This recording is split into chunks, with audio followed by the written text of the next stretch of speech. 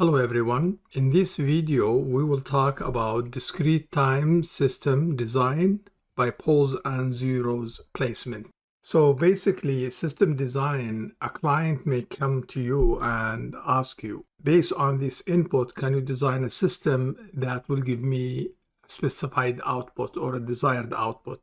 This input could be a speech signal with noise, and you need to design a system or a filter that will attenuate the noise, or a system that pick up the output of a sensors like the electric field from the heart muscles and give out this nice ECG, electrocardiogram wave that can tell us a lot about the human body. So basically, based on an input and the desired output, your task is to come up with H of Z, the system transfer function. And we will learn here the impact of poles and zeros on the system response. Basically, any binomial in the numerator can be factored out this way. So now Z1 and Z2 will be the zeros. Basically, if I plug for Z1, I will get 0. So the values of Z that will make the numerator zeros are the zeros. For this system, this is the first 0, this is the second 0. And usually we plot them by a circle.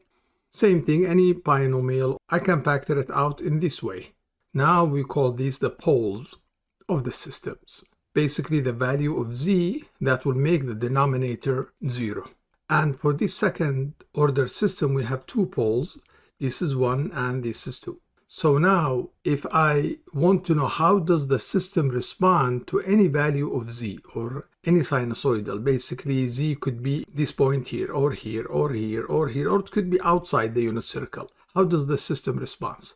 We will find out the magnitude response basically will be the product of the distance from the zeros to the frequency of interest divided by the product of the distance from the poles, like these poles, to the frequency of interest and these poles. So it is R1 times R2, so this could be R1, and this is R2, divided by D1 and D2, and this is D2, and this one here, D1. So this is the idea of today's lecture. So let's take a simple scenario to visualize the impact of the poles and zero on the system response. So the output of a stable, linear time invariant discrete system to a sinusoidal input or exponential input is the same as the sinusoidal or exponential input, but modified only in gain and phase. Basically, if I have a system, H of Z, and I have an input, in this case it is sinusoidal with a decay rate, gamma, or growth rate, depend on the value of gamma, and oscillation rate omega 0, how many cycles per samples. So I can express this input in exponential form, so it is gamma ej omega to the power of n, and I take the real part. That will give me this signal. Now I can call this Z naught. Basically I can think of Z naught as the complex frequency. It consists of a decay rate and oscillation rate, omega 0. So if gamma is less than 1, then the signal will look something like this. So it is oscillating with a decay. If gamma is larger than 1, then the signal will look something like this. So that's exponential growth. So with this labeling, calling this Z naught, now I can express the input as Z naught to the power of n. So what's the output of the system? It will be the system response to this frequency, so that's H Z naught, times the input, which is this one. So if I express the input in this form, then the output will be as follows. Exactly the input, which is this part, amplified or attenuated by the system response to this frequency, and phase shifted or delayed by this amount, which is the phase shift of the system to this omega 0. And this is true for input that is everlasting. That means it exists for a long time. Let me clean up. Remember, this is true since I don't have here U of n. If I have U of n, then I have to use the Z transform analysis because these signal exist only at n equals 0 and after. But if I don't have U of n, or even if I have U of n, but I care about the output steady state, like after a while. I don't care about the transient response or the response when the input just hit the system. If I don't care about these, then this is the output. Now, through this example, we will show the impact of the poles and zeros of the system on its response to a specified frequency. In this example, determine the system responses to the inputs. The first input is x of a, and it's basically a sinusoidal with oscillation pi over 2 and a decay rate 0.7. The second input is just pure oscillation with oscillation rate pi. And the system transfer function h of z is this one.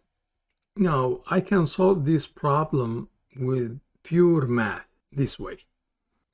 For this input, I can express it as x of.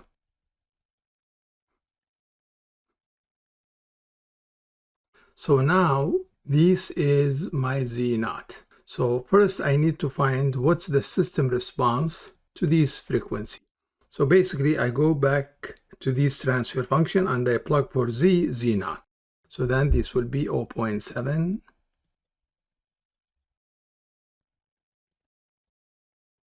Now I need to express these in rectangular forms, so I can add it and subtract it from this quantity. So that will be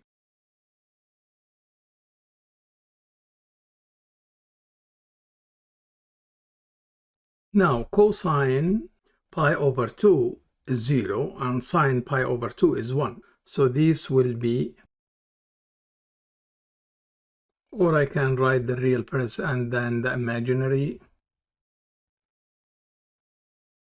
Now I can express these in polar forms. So that will be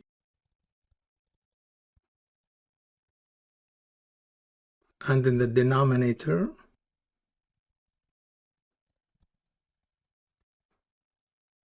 and this will be the following.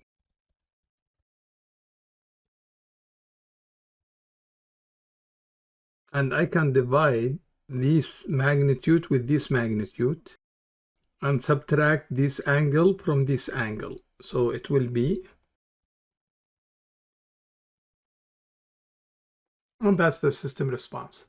So the output in this case will be ya of n. This input will be amplified by 0.75. In this case, it's attenuated. So it will be 0.75 times the input, which is 0.7n cosine, and phase shifted by this amount. And this is the output. So here we did it mathematically. So now let's see the impact of poles and zeros. And if we can find out this output from the poles and zeros location.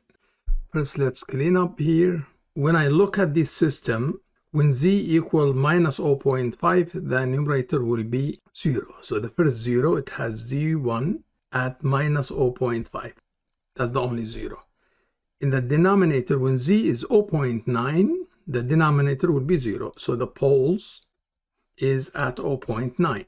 So let's draw it here. So I have a 0 at minus 0.5, so that will be here.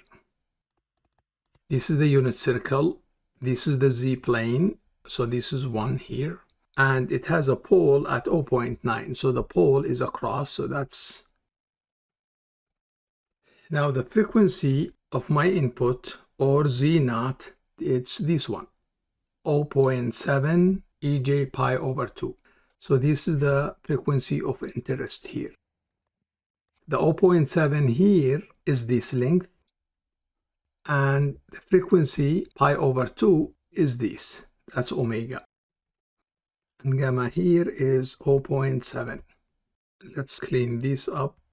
Let's rewrite h of z in the following form to show the impact of poles and zeros.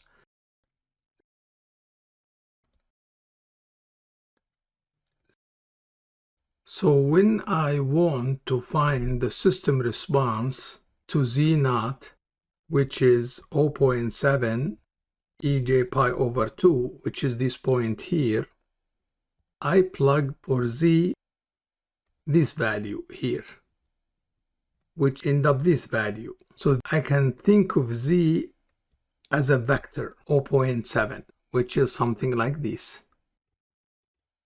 Subtract from it another vector, which is minus 0.5, which is this vector. When I did this, I got this vector 0.5 plus j 0.7. So I got this vector. This is 0.5 and this is j7. So basically this vector minus this vector, I got this blue vector, which is a vector connected from 0.5 to this vector z, which is this vector here. These two are exactly the same. Same magnitude, same angle. So if I draw the vector resulted from this operation, it will be a vector from this 0 to the frequency of interest. So it will be from this 0 to the frequency of interest, which is this. Same thing here. This will be a vector from the pole to the frequency of interest. So that will be from this pole to the frequency of interest, which is here. Now the system response to this frequency will be the length from the zeros to the frequency of interest. So let's label this R1 divided by the length from the poles to the frequency of interest. Let's label it as D1. So this is exactly R1, this quantity, and this quantity is D1. If I ask you to find this length, you will say R1 equal the square root of, since this is 90 degree, the square root of this length, which is 0.5 square, plus the square root of this length, which is 0.7 square. That's exactly this quantity here. That will give you 0.86. Same thing, if I ask you to find the length of these using the Pythagorean theorem, you're going to say it's the square root of this length, which is 0.9 square, plus this length, which is 0.7 square. This is this quantity, and you will get 1.14. Now let's see the phase. How do we get this phase? By poles and zeros locations. So let's clean up. Let's draw the vector from the zeros to the frequency of interest, which is this one. So now this we call it phi1. And let's draw the vector from the poles to the frequency of interest, and we call this theta1. So phi1 equal tan inverse the opposite, which is this 0.7, divided by adjacent, which is this one, 0.5. That's exactly this quantity here. And it is equal 0.95 radians. Now theta 1 is a little bit tricky. So let's first find this angle. And theta 1, then it will be 180 degree minus this angle, whatever this angle. And this angle is minus tan inverse opposite, which is 0.7, divided by adjacent, which is 0.9. And this is 180 degree or radians pi minus 0.66. And this equal 2.48. This is exactly the same as this quantity here. So the total phase shift, this one will be phi1 minus theta 1. So it will be phi1 is 0.95 minus 2.48. You will get this one, minus 1.53. And that's how you find the system response to any frequency graphically, by the poles and zeros location. So to find the system response to this input, I will not carry out the math like here. I will just use graphical interpolation to find the exact output if this is the input. So let's clean up first.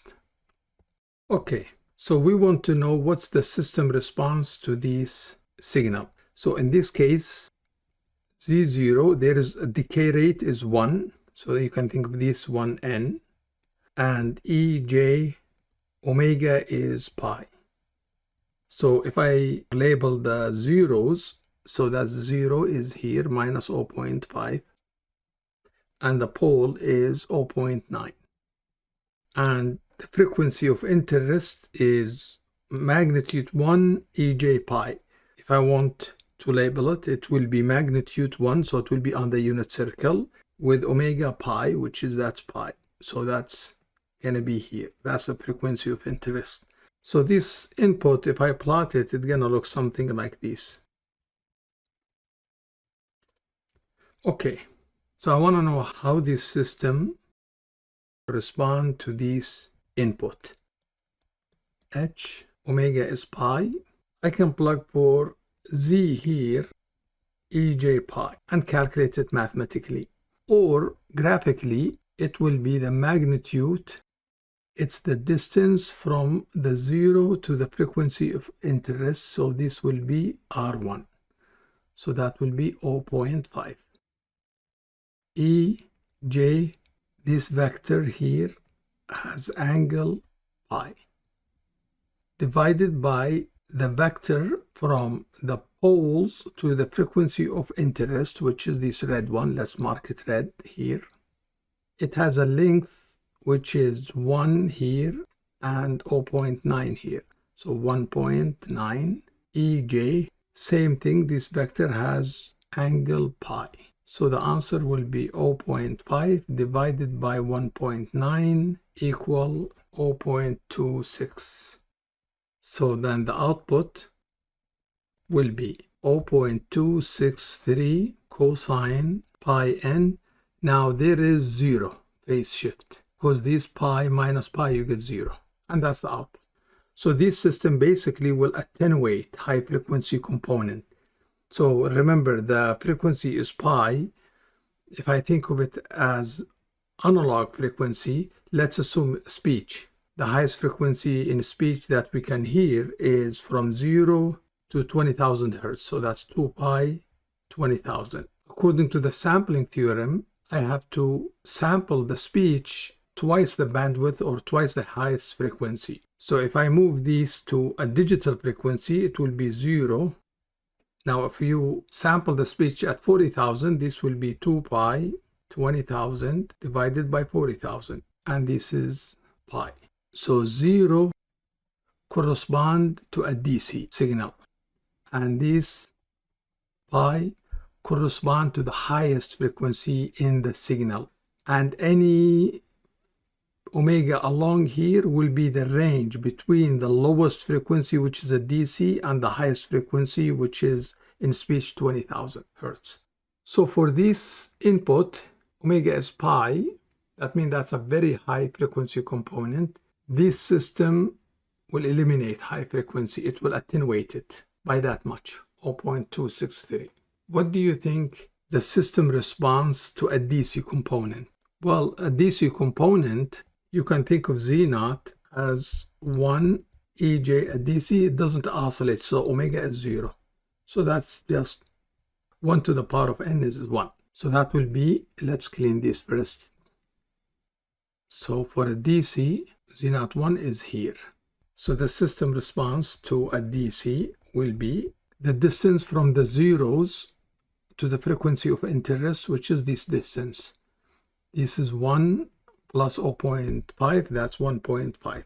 Divide by the distance from the pole to the frequency of interest, 1 minus 0.9, that's 0.1. That's 15. So that means this system will amplify a DC component by a factor of 15. So really, when there is a pole next to a frequency of interest, it gets amplified. Okay, so with this quick example, show that how the poles on zeros location determine the system response to any specific frequency. Let's look at the general case where the system is not simple like this one, but more complex. Okay, so we said any system described by a transfer function h of z, it doesn't matter how big is this system. It could be of 10th order or 2nd order, like this case. The numerator can be factored out in this form. So it's a product of these elements. Like in this case, I can factor out this as a product of these two elements. Same thing in the denominator, it can be factored out as a product of these terms. In this case, it's a product of these terms. Now Z1, Z2, Zk are the zeros of the systems. P1, P2, Pk are the poles of the system. In this example, we have a 0 at 0.8, so that is here, and a 0 at minus 0.8, so that will be this one. And it has a pole at minus 0.7 plus j 0.4, so that is the first pole is here. And for a real system, it has to have the conjugate. So the second pole will be minus 0.7 minus j 0.4, which is this one.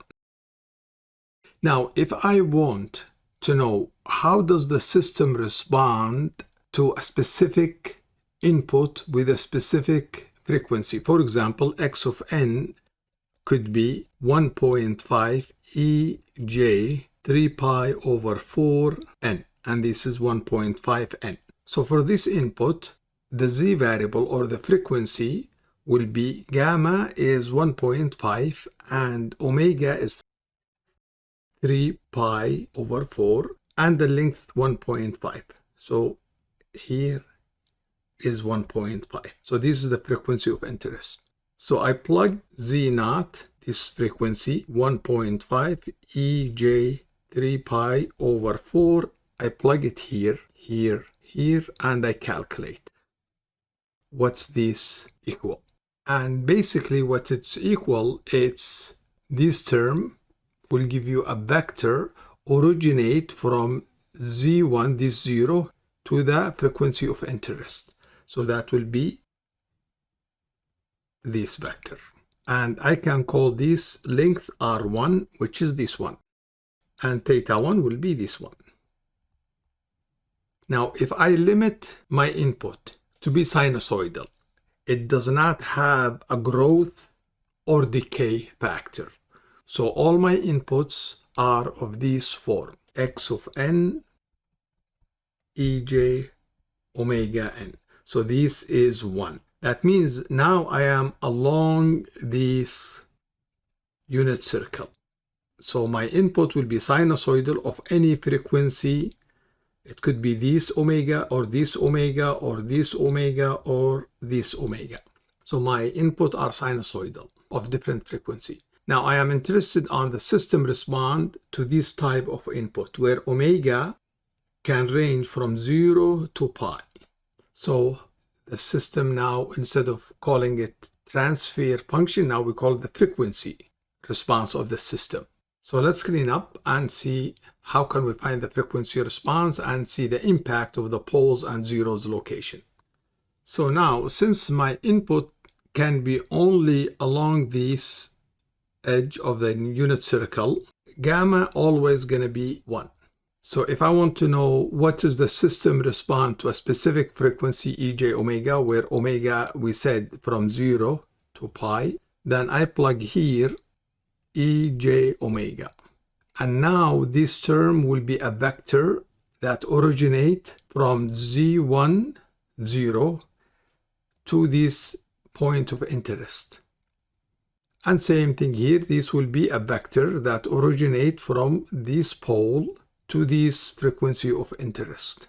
So if I look at this system, this second order system, I have 0.8 and minus 0.80. So this is 1, 0 and this. And I have this pole P1 and this second pole. Now if I want to know what is the system response to this frequency. Okay, so let's clean this first. So now I am interested on this frequency component, how the system responds. This could be like 60 degree or pi over 3.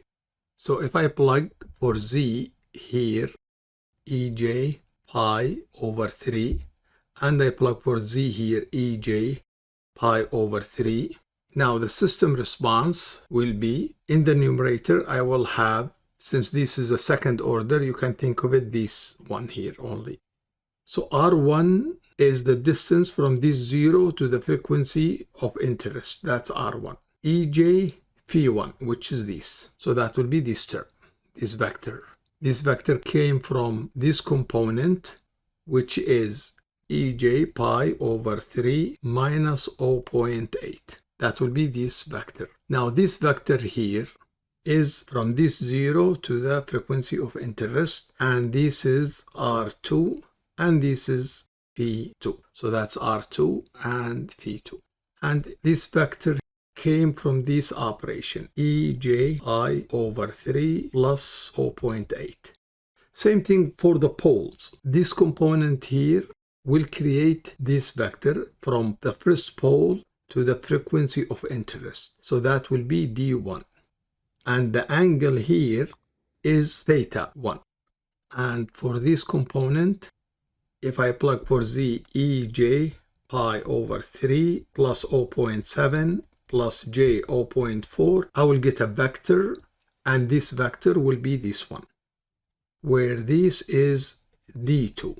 And this angle here is theta 2. And that will be the system response to this frequency EJ omega, where omega is pi over 3 for this example.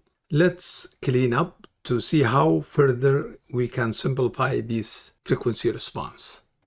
Now I can multiply all these constant R1, R2, and they will be this one, and multiply D1 times D2 times dk, that will be this component. Now B0 here is just a constant. Now I can add EJ, add theta 1 plus theta 2 plus theta k minus theta 1 minus theta 2 minus theta k. So that will be these plus minus the angle in the denominator, or the angles between the x-axis and the poles. Now this part is the magnitude. That will be the system response, the magnitude. So basically it's the product of the distances of zeros to the frequency of interest omega divided by this component, which is the product of the distances of poles to the frequency of interest. And the phase response is, this is a constant, you can think of it 0. It's the angle of theta 1 plus theta 2 plus theta k, all these angles minus these angles. So this is the sum of 0 angles to the frequency of interest from the zeros minus the sum of the angles between the poles going to the frequency of interest. So with this in mind, let's see the impact of the location of poles and zeros on the system response to a specific frequency. So let's first clean up. Since the magnitude consists of the product of distance between the zeros and the frequency of interest, if I want a system to amplify a specific frequency, then I need this component in the numerator to be very large, or make the distances in the denominator very small. So I have two options. So if there is a specific frequency, for example, I want to enhance this frequency, I have two options. One option is minimize the distances in the denominator. So if the denominator, like the number in the denominator is very small, then this will be very large number. So to make the distances very small, that means I put a pole close to the frequency I want to enhance. So if I want to enhance this frequency, I have to put a pole close to it. And if this is a complex pole, I have to have its conjugate for a real system. Now that distance here, D1, will be very small, and the whole thing here will be very large. And that's the way we usually do it. How about if I want to eliminate certain frequency from the signal? Like maybe I have a tone, which is a noise, I want to eliminate it from the speech signal. That means I have to make these R's very small. So H of EJ omega will be very small. To make R1 or R2 or one of them to be very small, I have to put a zeros close to that frequency. That means if I want to eliminate this frequency, I have to put a 0 close to it. Maybe here a 0, or even in top of it. So now the distance between this 0 and this frequency is 0. and it will be totally eliminated. If I want to eliminate this frequency, then I will put a 0 next to it. So this distance will be R1 very small, and R1 very small, this will be very small. So the system will attenuate. And this is the whole idea of how do I place poles and zeros in the Z-plane to enhance certain frequency and attenuate other frequencies. So let's look at different scenario of poles, zeros, location, and see how these will impact the frequency response, magnitude and phase. Okay, let's try to summarize in one slide the impact of poles and zeros locations on the system frequency response. We will consider signal of this form where gamma is always 1.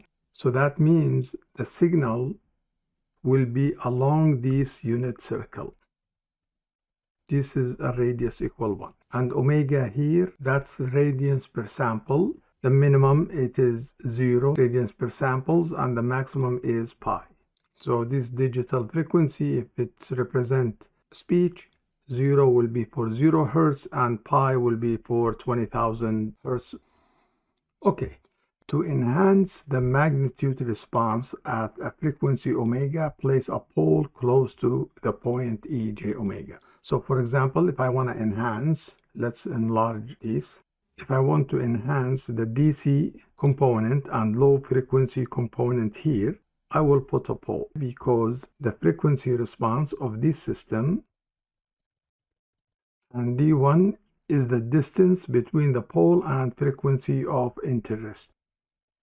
So for low frequency, D1 will be very small values. So the magnitude, when D1 is small, this will be very large. For example, if the pole is located at 0.8, then this distance will be 0.2. So that system response for 0 frequency is 1 over 0.2, that's 5. So this is 5. As the frequency increase, let's clean up.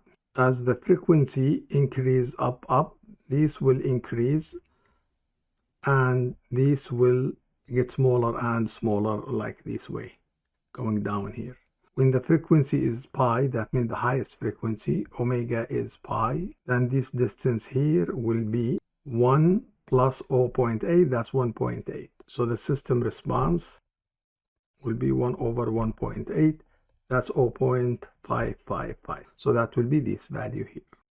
Now let's look at the phase response of the system. So let's clean up first. So the frequency response is,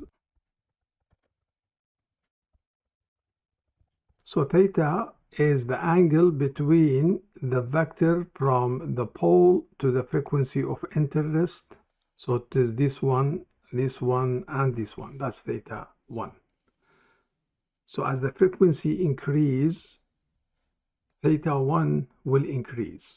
So when omega is 0, that will be 0. That will be the angle between this vector and x-axis is 0. So as the frequency increase here, this angle increase and increase, and it will be negative.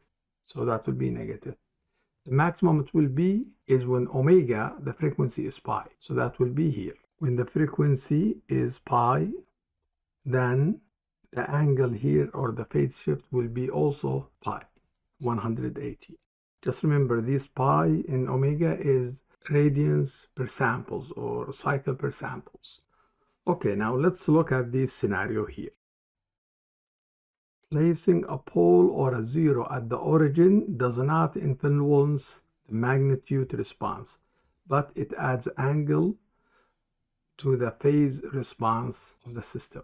So basically, if I put a 0 here, the magnitude will be the same as this one, and this is the magnitude. So it will not affect. If I put a pole or a 0, it will not affect, because the frequency response of this system is,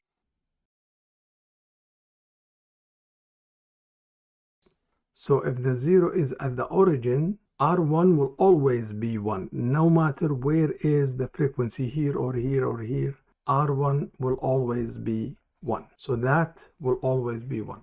So the magnitude will not be affected. So what's the impact of this 0 then? It will change the phase. Let's look. Now the phase will be EJ phi1 minus theta 1. So if the frequency is at 0, the angle for theta 1 is 0, and also for phi1 is 0. So that will be this point here. As the frequency increase here, here, here, now theta 1 will be this one, and phi1 will be this one. So we can see that theta 1 actually increase at a higher rate. So this will be a negative, because as omega increase, theta 1 increase at a higher rate. So phi1 minus theta 1 will give you a negative value, something like this. But after a certain frequency, the rate of change for both of them will almost be the same. So if omega larger than pi over 2, you are either here or here or here. Now the angle will almost be the same, and this one will be the same until you reach that point here. When the frequency is omega equal pi, now the angle for both of them will be pi. So the vector from the 0 is here, and the angle will be pi, and the vector from the pole is here, and the angle also will be pi. So the difference will be 0, and that will be here. So poles or zeros at the origin will influence only the phase response of the system. Now let's move on to here. To suppress the magnitude response at a frequency omega, place a 0 close to the point or to the signal. So if I want to suppress high frequency component, then I will put this 0 here. So let's enlarge it. The frequency response of this system is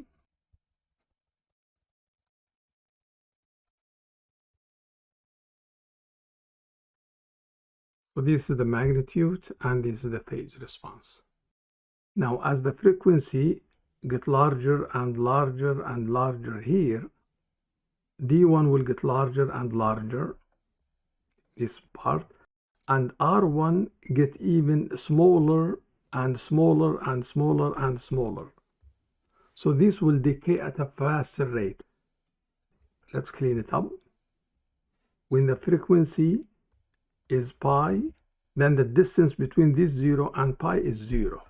So this quantity here will be 0. And that's exactly what happened here. Versus this scenario here that doesn't have a 0 here, at pi it still has some frequency response. So when you want to eliminate a frequency, put a 0 next to that frequency. Also, the high frequency component here, these distances are very small. So that means R is very small, and this will decay faster. So let's clean up. For a DC, this vector 0. So theta 1 is 0. Same thing here. This vector, the angle phi1 is also 0. So that will be this 0. As the frequency increase, now this is phi1, and this is theta 1. So theta 1 increase at a higher rate.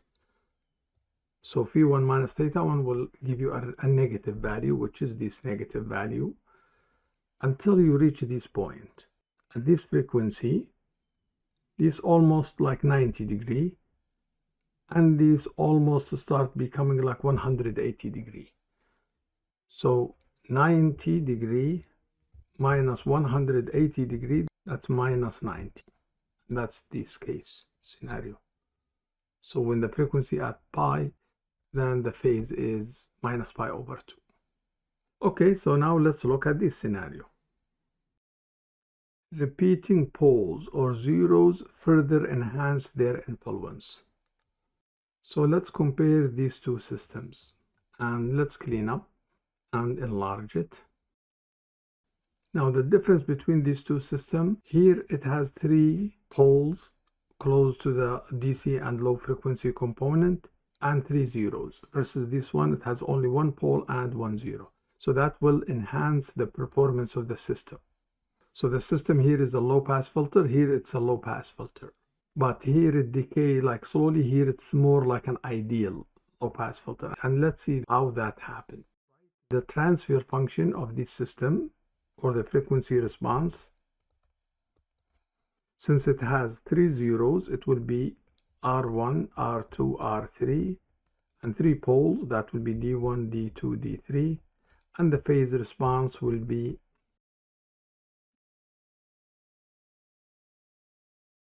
okay. Let's clean. When it's DC, that will be D1, D2, D3, and this will be R1, R2, R3. So R1 and R2, R3, that's 2 times 2 times 2, that will give you 6. And D1, D2, D3, it will depend on the location of these poles. But if they are closer to the unit circle, these values will be very small. So you will have the highest system response to low frequency. Now, as the frequency increase, these D1 will increase, but this D2 will decrease. So then it move here, this will increase, but this will decrease even further. So they will be like offsetting their impact. So that's why their value for a while, as the frequency increase, it will be like a specific value. It could be like 3.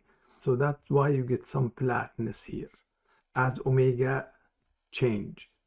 Then when the frequency increase further, now this D1, D2, D3 increase even further and more and more. So then it decay at a higher rate.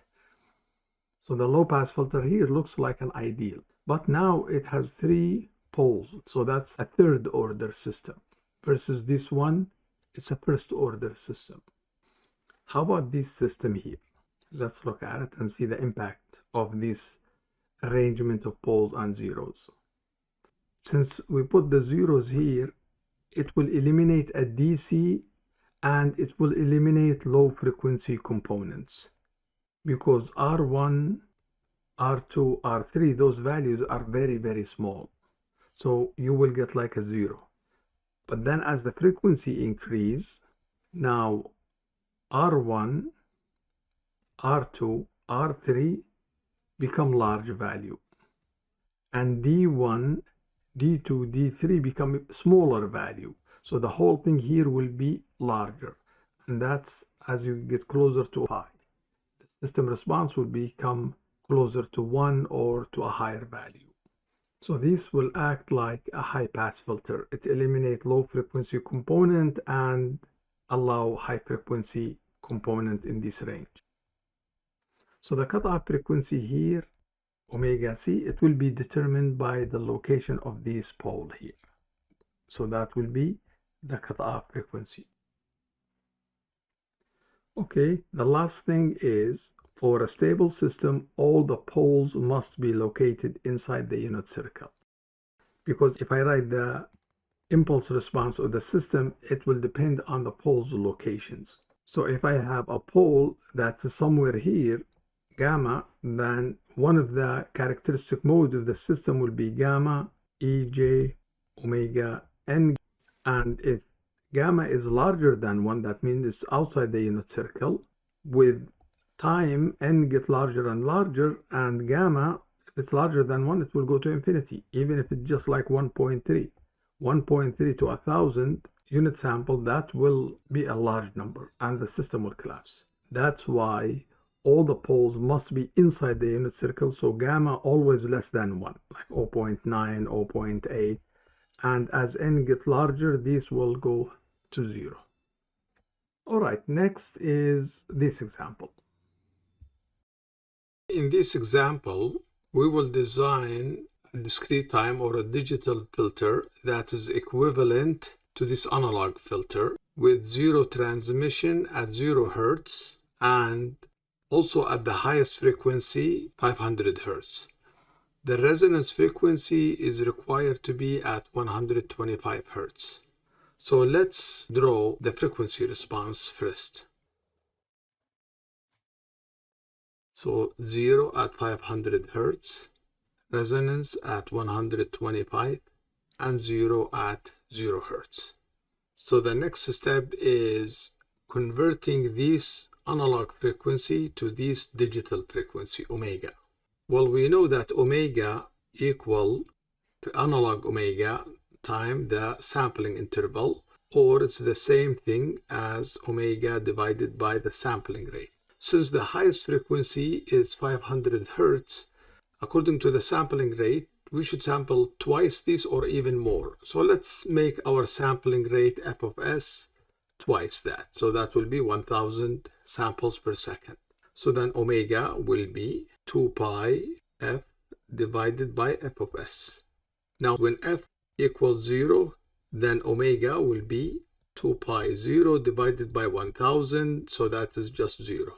When the analog frequency is 125 hertz, then the digital frequency will be 2 pi, and this will be pi over 4. And when the frequency is maximum 500 hertz, then the digital frequency will be pi. So this in terms of omega will be pi over 4, and this will be pi, and this is 0. So now if I want to enhance the frequency pi over 4, let's draw the z plane. This is the unit circle, and pi over 4 will be this one. So if I want to enhance this frequency, we will put a pole next to it. So I can put a pole here, and since this pole is complex, I have to put the conjugate, will be here. And let's just draw a line here. So then the pole is gamma, which is this length, ej pi over 4, and the second pole, gamma, e minus j pi over 4, which is just the conjugate of the first pole. Now I need the frequency at 500 or at pi to be 0, and also here to be 0. So I'm gonna put a zeros at omega 0 and at omega pi. So this will be, so this is my system. It will eliminate this frequency and this frequency and enhance this frequency. So now if I want to write the transfer function h of z of this system, it will be as follows. Z minus the first 0. So the first 0 is located at 1, time z minus the second 0 located at minus 1. So that's minus 1, divided by z minus the first pole located at gamma ej pi over 4, time z minus the second pole, and that will be gamma e minus j pi over 4. And this is the transfer function. Now I can simplify it by multiplying this term times this, and also this term times this term, and I will get the following. And this time this, that will be z square. This time this one, I will get gamma square, and this term times z, and this term times this one, I should get times z. And this can be simplified further. Z square minus 1, z square plus gamma square minus. Now I can divide this by 2 to make it cosine, and multiply here by 2. So this will be 2 gamma z cosine pi over 4, and cosine pi over 4, it is just square root of 2 divided by 2. So these can be simplified further as z square minus 1 divided by z square, and this term will be minus square root of 2 gamma z plus gamma square. And this is the transfer function of the digital filter that will have the same equivalent frequency response as this. Now if we limit the possible values of z to be only along this unit circle, then I can find the frequency response, h of omega. So then h of omega or ej omega. So here I'm replacing z by ej omega, since only the signal I'm considering, the one that is along the unit circle. So then this will be ej to omega, that will be this one, z squared. Replacing z by ej omega, minus 1 over ej to omega minus square root of 2 gamma ej omega plus gamma squared. And this is the frequency response of the system. Now, if I plot this frequency response for a different value of omega that range from 0 to pi, I will get this plot. Now, depending on the value of gamma, that means how close this pole to this frequency. The larger gamma here, that means the closer the pole to this frequency, the more magnification you will get. In terms of graphical, I can express h of omega as R1, R2 divided by D1, D2. That's the magnitude. Where R1 is the distance from this 0 to the frequency of interest. R2 is the distance from this 0 to this frequency. D1 and D2 are the distance from this pole to this frequency, that's D1, and D2 is the distance here, that's D2. So the larger the gamma here, the closer this pole will be to this frequency. That means the smaller this D1, that means the larger the magnitude. Okay, let's now take a second example. In this example, we want to design a second order notch filter with zero transmission at 250 Hz and sharp recovery of gain to unity in both sides of the 250 Hz. So basically we need to build a notch filter that will look something like this. It eliminates the 250 Hz. Every other frequency it passes with no attenuation. Now they said the highest significant frequency to be processed is 400 Hz.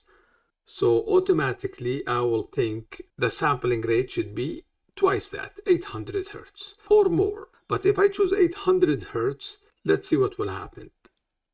F of S equal twice the 400, so that's 800. So now the 250 Hz, the equivalent digital frequency, 2 pi times 250 divided by 800. So this will be 5 pi over 8. So if I draw it in the z-plane, it will be somewhere here.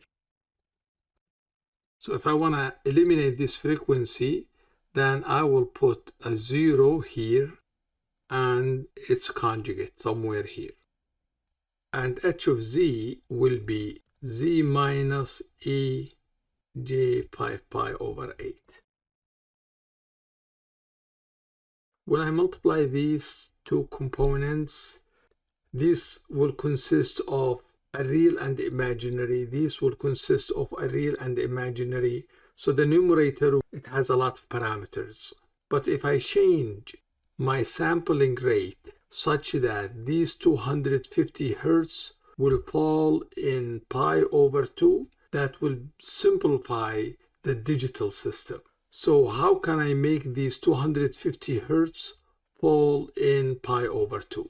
That means I want to choose f of s such that this omega will be pi over 2. And that will simplify the design of the digital system. Well, if I choose the 800 samples per second to 1000 samples per second, that will solve the problem. So now my new design, my fs will be 1000 samples per second. Yes, I took more samples, that means more memory, more processing, but it will simplify the design of the digital notch filter. So then F250, the analog, will be the digital pi over 2. And the maximum 400 will be 0.8 pi. Okay, so with this choice, Now let's design the filter. The filter will look like this. This is the Z-plane. If I want to eliminate this frequency, that means I put zeros here. Now, if I want all frequency after the 250 to pass with no attenuation and all frequency before 250 to pass with no attenuation, I have to put a pole close to it. Because when the frequency here in this range, somewhere here, then the system response will be the distance from the 0 to this frequency, R1, divided by the distance from this pole to this frequency, D1. And I want these distances to be as close as possible to each other in length. Same thing, it will be also affected by the distance from this 0 to this frequency, R2, and the distance from this pole to this frequency, D2. So when I make these 0 and pole close to each other, then R1 and D1 will be similar in length. So then the frequency for this frequency, let's call it omega 1, will be R1 times R2 divided by D1, D2. So if R1 close to D1 and R2 close to D2 in length, then these will come 1. Same thing. For frequency in this range, higher than 250 or higher than pi over 2, like a frequency here, omega 2, the magnitude response will be the distance from this 0, R1, and from this pole, D1, so that will be R1 divided by D1. Also, the distance from this 0 to here, R2, times R2, divided by the distance from here to here, D2. Again, if this distance R1 and D1 are close in length, so that division will give you 1, and the same thing here, this division will give you 1. That's why with the notch filter, the closer you make the poles to the zeros, the faster the recovery from the notch filter. And this is the length gamma. So the closer this to here, the larger is the gamma. And here is, for this slow recovery, gamma is 0.3, this faster 0.7, gamma 0.95 is the fastest recovery. Okay, so how do we come up with H of Z then? Let's clean up first. H of Z will be Z minus the first 0, which is at J1, times Z minus the second 0, which is at minus J1, divided by Z minus the pole, this first pole, which is J gamma, Z minus the second pole, which is minus J gamma. And if we multiply these or simplify it, it will be Z squared plus 1, and multiply these now, it will be Z squared plus gamma squared. And that's H of Z. See, by changing the sampling rate from 800 Hertz to 1000 Hertz, we place the poles and the zeros along this axis. So these terms are very simple, just imaginary. It's not like 0.7 minus J 0.4. So then H of Z become very simple. If we stayed with this frequency, 800, that H of Z would have been something like this.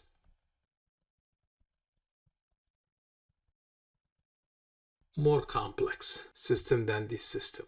And as we showed in previous video, we can draw the block diagram for this system, and in the previous video we showed it will be this simple one.